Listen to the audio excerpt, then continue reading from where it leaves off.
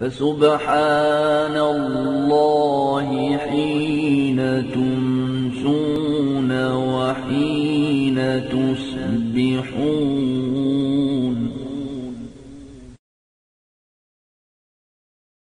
وله الحمد في السماوات والأرض وعشيا وحين تظهرون.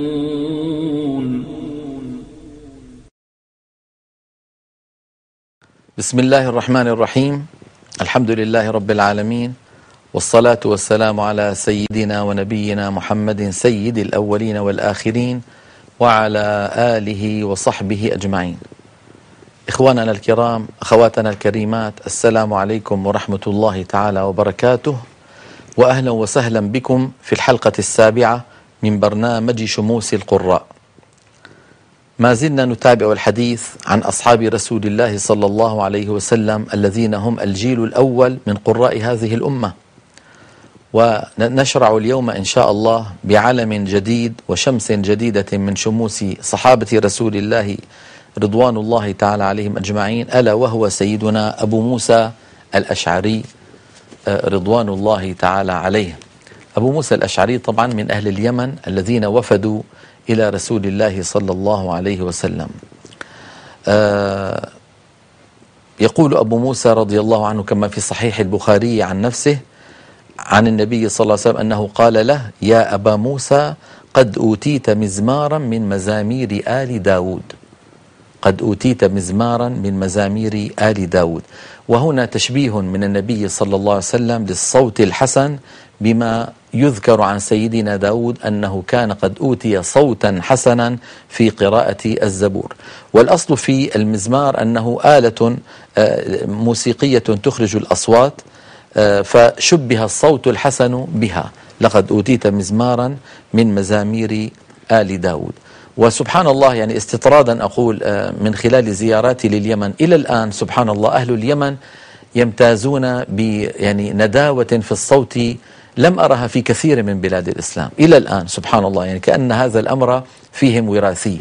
يعني في اليمن كنت أسمع تلاوات يعني بأصوات ندية شجية لا علاقة لها بتعلم المقامات والأنغام الموسيقية العجمية، وإنما لها علاقة بخامة الصوت، خامة الصوت ورقة القلب. يعني سبحان الله، في اليمن لو ذهب الواحد منا يجد نفس الأوصاف التي وصفها النبي صلى الله عليه وسلم: أرق الناس أفئدة. فيجد قلوب طاهرة، سبحان الله، قلوب فيها رقة وأصوات فيها نداوة وصفاء. الصوت تجده صافي، سبحان المعطي الوهاب. فرسول الله صلى الله عليه وسلم نبه سيدنا أبا موسى على هذا الأمر ليشكر سيدنا أبو موسى الله عز وجل، وليحسن استخدام هذا الصوت الحسن فيما يعود عليه بالنفع. يا الله عز وجل يا إخوتي أحيانا ينعم على العبد بنعمة فيسيء العبد استعمال هذه النعمة. الصوت الحسن من حيث هو نعمة من نعم الله عز وجل، فإذا أحسن الإنسان استخدام هذا الصوت الحسن وزين القرآن به وزينه بالقرآن وزينه بالنشيد الإسلامي الذي يدخل القلوب ويرقق المعاني ويحبب بالله ويحبب برسول الله صلى الله عليه وسلم ويحبب بقضايا الدين عامة، فيا نعم الصوت الحسن. أما من آتاه الله صوتا حسنا فصرفه إلى ما تعلمون من الأمور الأخرى فقد أساء استعمال هذه النعمة، وتكون عليه يوم القيامة والعياذ بالله وبالا. نسأل الله عز وجل لنا ولكم العافية. يذكر البخاري أيضا أن عن أبي موسى رضي الله عنه قال: كنت عند النبي صلى الله عليه وسلم وهو نازل بالجعرانة بين مكة والمدينة. معلومة إضافية: يقال جعرانة ويقال جعرانة، يقال جعرانة ويقال جعرانة، وهي منطقة قريبة من مكة، منها يحرم الناس، هي في منطقة الحل يعني ليست من داخل الحرم، ومنها يحرم الناس أحيانا للعمرة، وإن كانت أبعد من ما يسمى التنعيم وهو مسجد السيدة عائشة. الجعرانة أبعد. إذن يقول أبو موسى: كنت نازلا بالجعرانة بين مكة والمدينة ومع النبي صلى الله عليه وسلم ومعه بلال، فأتى النبي صلى الله عليه وسلم أعرابي فقال: ألا تنجز لي ما وعدتني؟ كان النبي صلى الله عليه وسلم قد وعد هذا الأعرابي بعطية.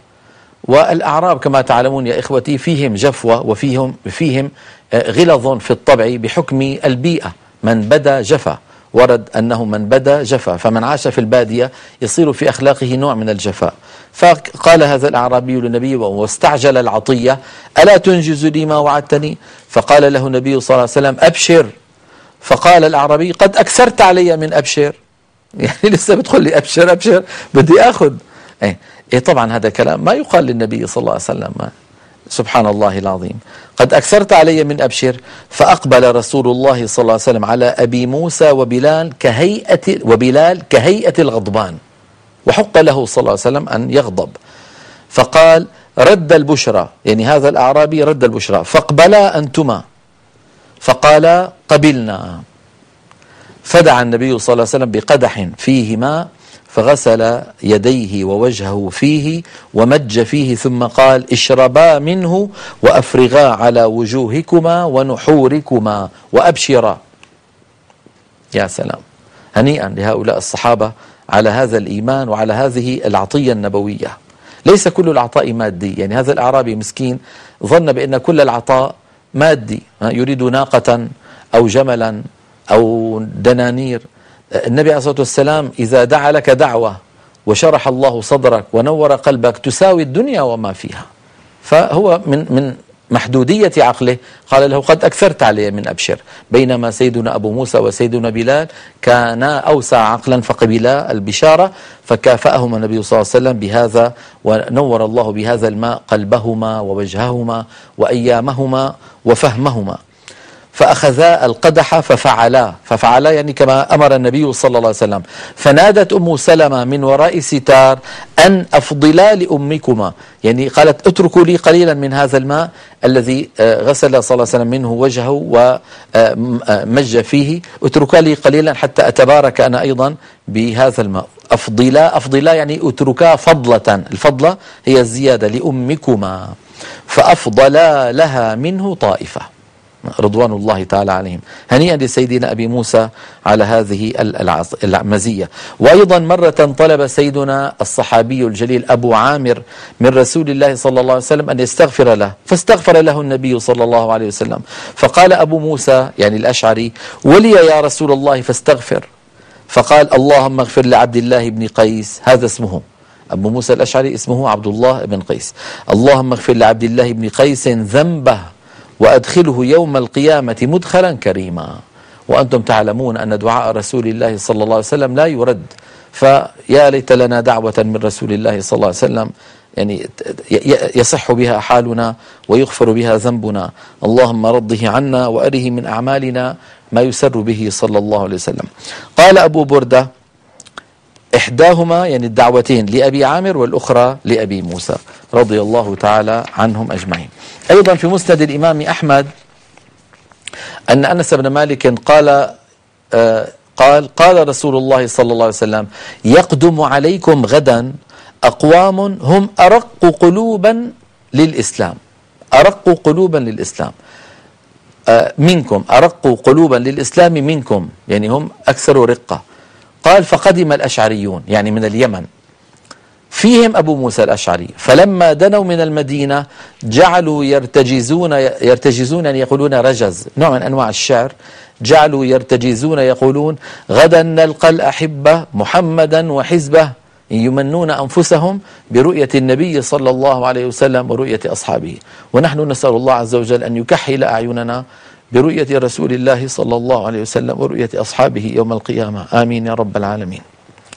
إذا جعلوا يرتجزون يقولون: غدا نلقى الأحبة محمدا وحزبه. فلما أن قدموا ووصلوا للمدينة تصافحوا، يعني فرحا بالوصول إلى المدينة صار هؤلاء الأشعريون يصافح بعضهم بعضا. فلما قدموا تصافحوا، فكانوا هم أول من أحدث المصافحة يعني وجعلوها من السنة. ويذكر الإمام الذهبي رضي الله عنه ورحمه الله في سير أعلام النبلاء عن سيدنا أبي موسى يقول: كان أبو موسى صواما قواما ربانيا زاهدا عابدا ممن جمع العلم والعمل. الله يتوب علينا ويغفر لنا. يعني أين نحن من هذه الأوصاف؟ أستغفر الله وأتوب إليه.